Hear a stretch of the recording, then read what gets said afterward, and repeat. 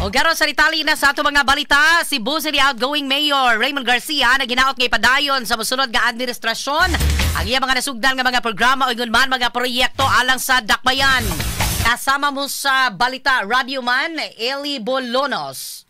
DYHP Tatak RMN Report. Nang hinaot si Cebu City outgoing Mayor Raymond Garcia nga ipadayon sa musunod nga administrasyon ang iyang nasugdan nga mga programa o proyekto. Kinitungod kay maanugdan ang mayor nga dili mahuman o dili mapahimuslan sa mga Subuanon. Nag-una niini mao ang pagkiwas sa Cebu City Medical Center kung sa MC Building ug uban pa. Matud ni Garcia, ngayang i-turn over ang tanan niyang nasugdan aron mapadayon ni Mayor-elect Nestor Archival. Ako turnover ang akong nasugdan kay para ilang itiwas. For example, CCMC nasad ko'y underground cabling, nag-open ta og duha ka family health centers to decongest our hospitals. Hopefully ilan ang ipadayon, magbutang sila mga staff, magbutang sila equipment kay para maserbisyos mga tao na ako'y gisugdan nga 5 ka eskwelahan for construction. Tapos anang i-turn over nila kay para natay mga school buildings para sa itong mga estudyante. Ang akong gisugdan nga free wifi sa mga parks and playgrounds as well as public schools in Cebu City. Ang akong patubig and many more no nga akong gisugdan. So daghan kay El nga akong i-turn over nila kay gusto gyud ko nga ilagin ng ipadayon. Si outgoing Mayor Raymond Garcia nasayran hinoon kay suportado na Archival ang ubang proyekto programa ni Garcia. Kasama mo sa Cebu City Hall. Kini ang inyong radyo man, Eli Bolonos, DYHP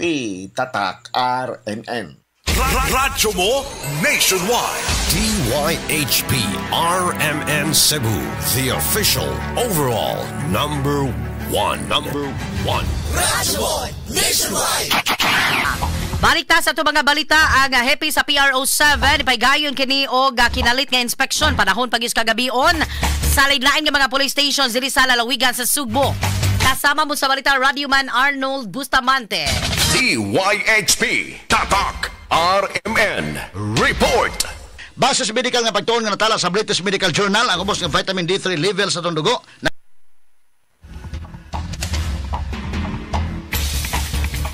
Karon na siguro nga padayon nga mihimo sila nga paghatag sa seguridad ng kapulisan sa lalawigan sa Sugbo, misuroy ang hepe sa Police Regional Office 7 na si Police Brigadier General Rodrigo Maranan sa mga police station sa kalungsuran ug syudad. Gibisita ni Maranan ang Danao City Police Station niadto nga Miyerkules itong gabi ug gisusik kun unsa sila kaalerto sa pagtubag kung dunay mga insidente nga mahitabo bisan sa laom na nga kagabion. Tinguha sa general nga mabinantayon ang tanang pulis ubay sa padayon nga pagpatuman sa ligtas summer vacation kun Sumvac 2025 nga kampanya sa PNP.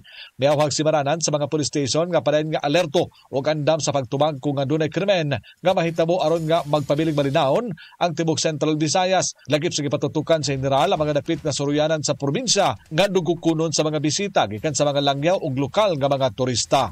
Kasama mo sa Police Regional Office 7 ng Radyoman Arbo sa mga DYHP Tatak RMN. Radyo mo nationwide. DYHP RMN Cebu, the official overall number one. Radyo mo nationwide. Sports ngayon.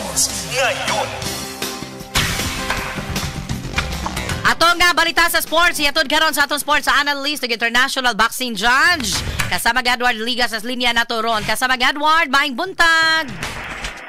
Mayong buntag kasamang Ken, kini atong balita sa sports, gato ganyo sa DTX 500.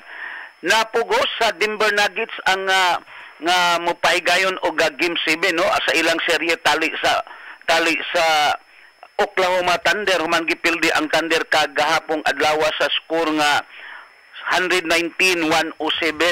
Nagtuo ang Thunder nga dumadaog na sila tungod kay kanunay sila naglabaw ngadto paingon sa fourth quarter.